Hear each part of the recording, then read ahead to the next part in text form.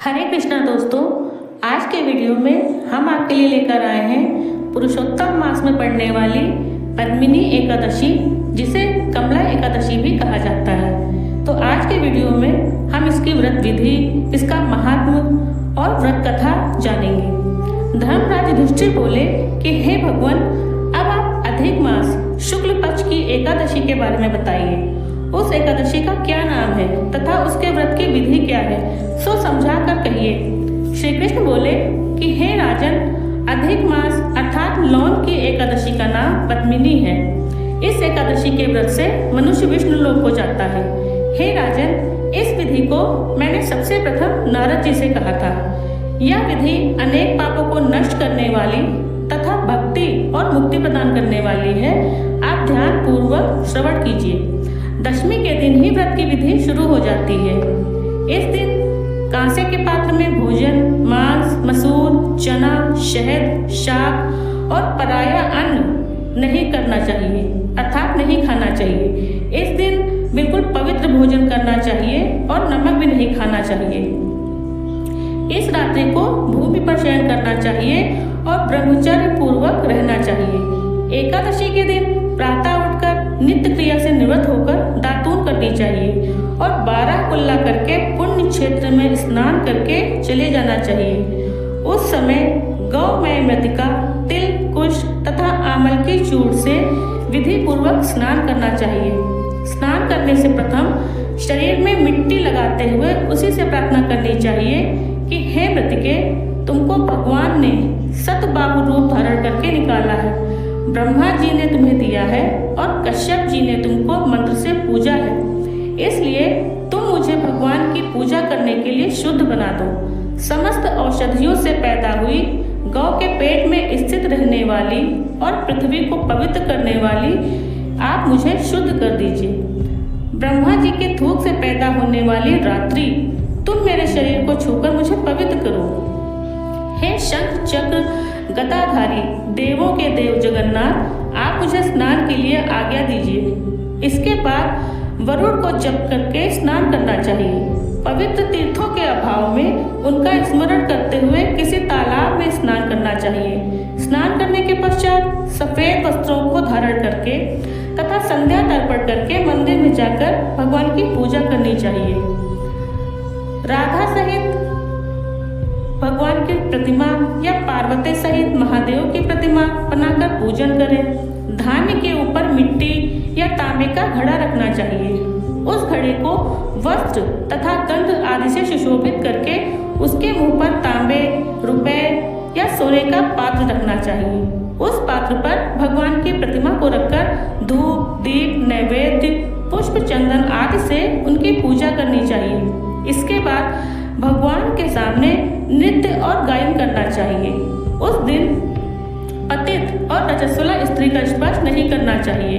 असत्य भाषण और गुरु और ब्राह्मण की निंदा भी नहीं करनी चाहिए। भक्तजनों के साथ भगवान के सामने पुराण आदि की कथाएं सुननी चाहिए।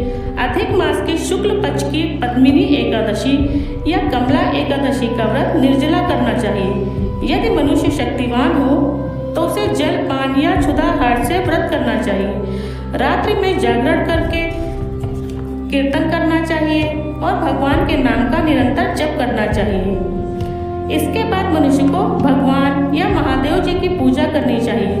भगवान को पहले प्रहर में नारियल, दूसरे में बिल्व फल, तीसरे में सीताफल और चौथे में सुपारी और नारंगी अर्पण करना चाहिए। इससे पहले प्रहर में अग्निहोम, दूसरे में वाजपेयी यज्ञ का तथा तीसरे में अश्वमेध यज्ञ का और चौथे में राजसूय यज्ञ का फल मिलता है।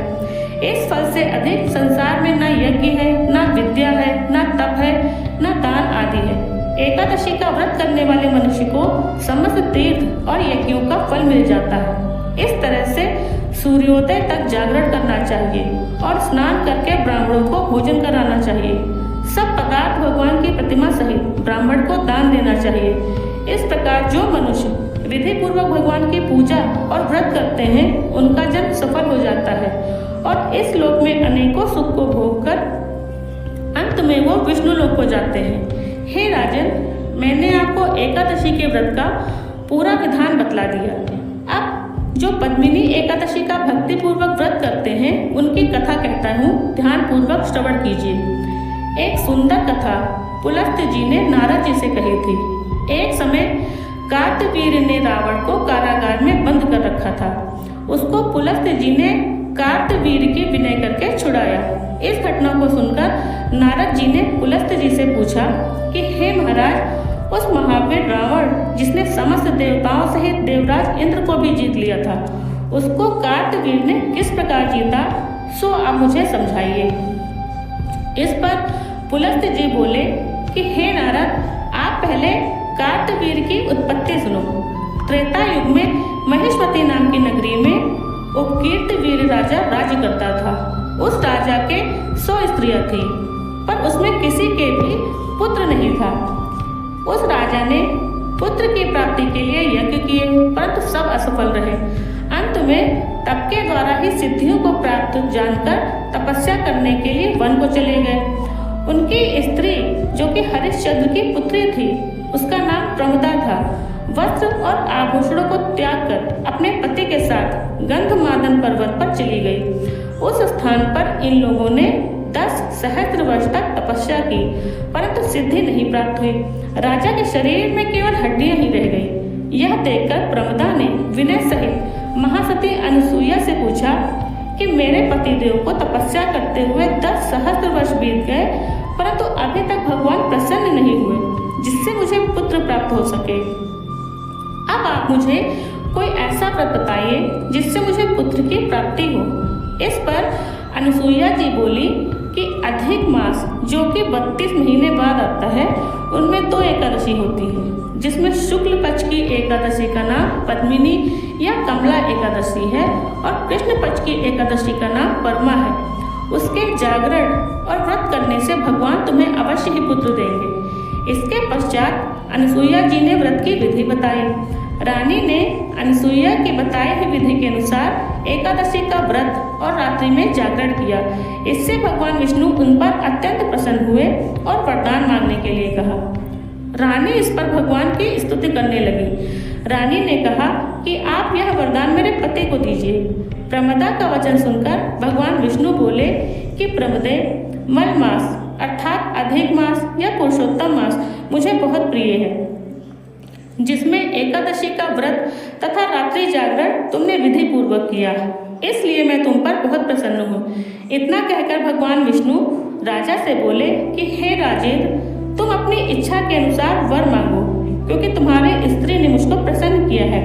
भगवान की सुंदर वाणी को सुनकर राजा बोला कि हे भगवान, आप मुझे सबसे श्रेष्ठ तथा सबके द्वारा पूजित और आपके अतिरिक्त देव, दानव, मनुष्य आदि से अजेय और उत्तम पुत्र प्रदान करिए।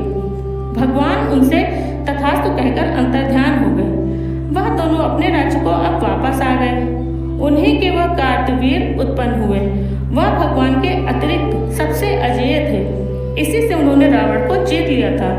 यह सब पद्मिनी एकादशी के व्रत का ही प्रभाव था।